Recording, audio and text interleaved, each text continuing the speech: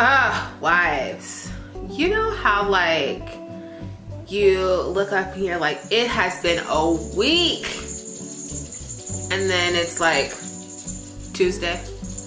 That is my life right now.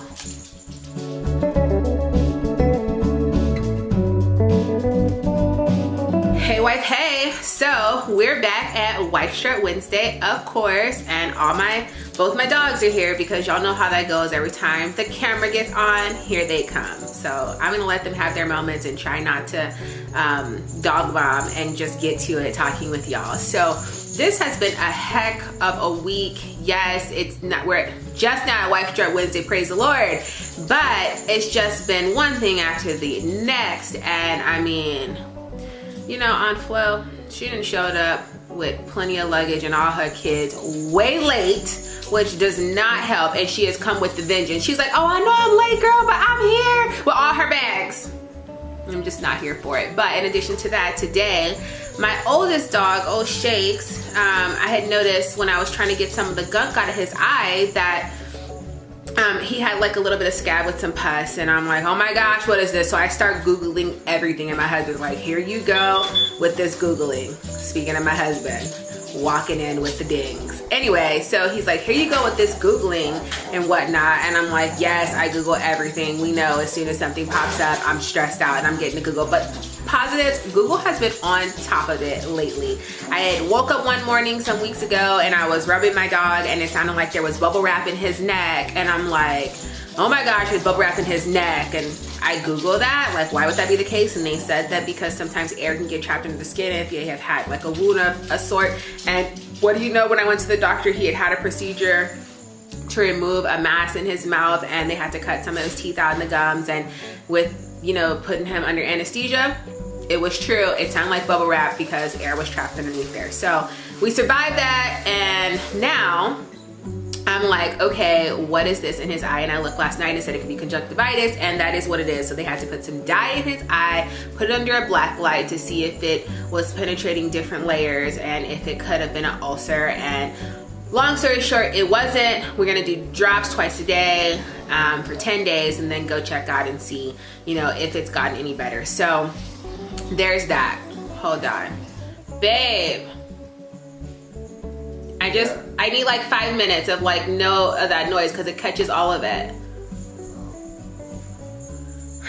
Okay, so in addition to that, my husband's like, oh my gosh, whenever we have kids, you're gonna be the crazy lady who like looks up everything and runs to the doctor for everything. And I'm like, well, that's why we have insurance. Maybe I am gonna be that girl. So, you know, whatever. People say your dogs are like your kids.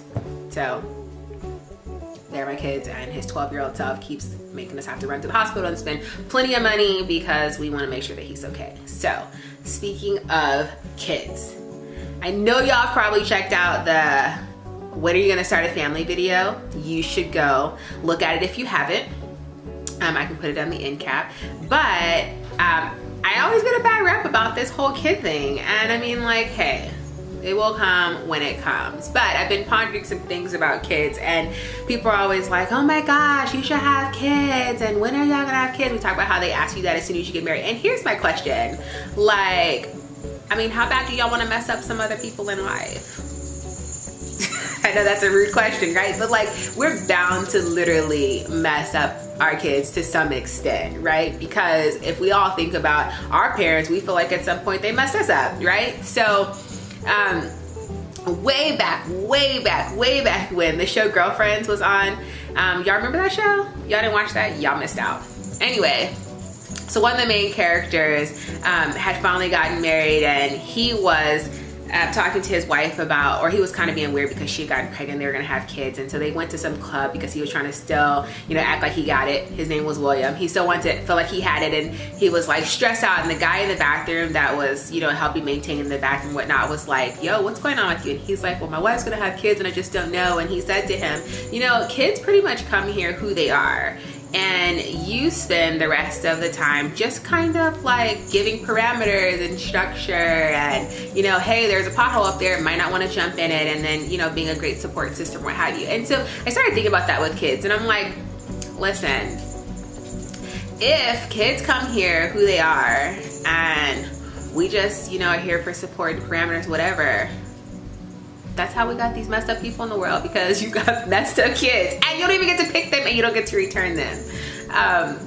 Don't judge me, but I mean, hey, think about that concept. And if you have kids and those are the ones you got and they're great, go you. But there's no guarantee here in life. And so you just get what you get. And if you think about it in that perspective, I know it's not like an object and like, hey, in the surprise box, I got this purse. Maybe use it, maybe won't. I know it's not like that. But in my brain, I'm like, yeah. So the reality is, don't be super selfless when you have kids. You have to know that they're watching all that you do and you're really making an impact on someone's life. And like, what will that impact be? And despite the message you may have been trying to give, what's the message that they'll get? And what will they do with that? So I get a bad rep about this whole family thing, and like, hey, I'll take it, no big deal. But I mean, I think when you really process that kind of thing, I was telling my dad, like, parenting for you was not fun. He was like, yeah, no, it wasn't. But I mean, like, hey, y'all didn't ask to be here. I'm like, exactly. It was responsibility. Sasha, you're just being out of line right now. Sit down.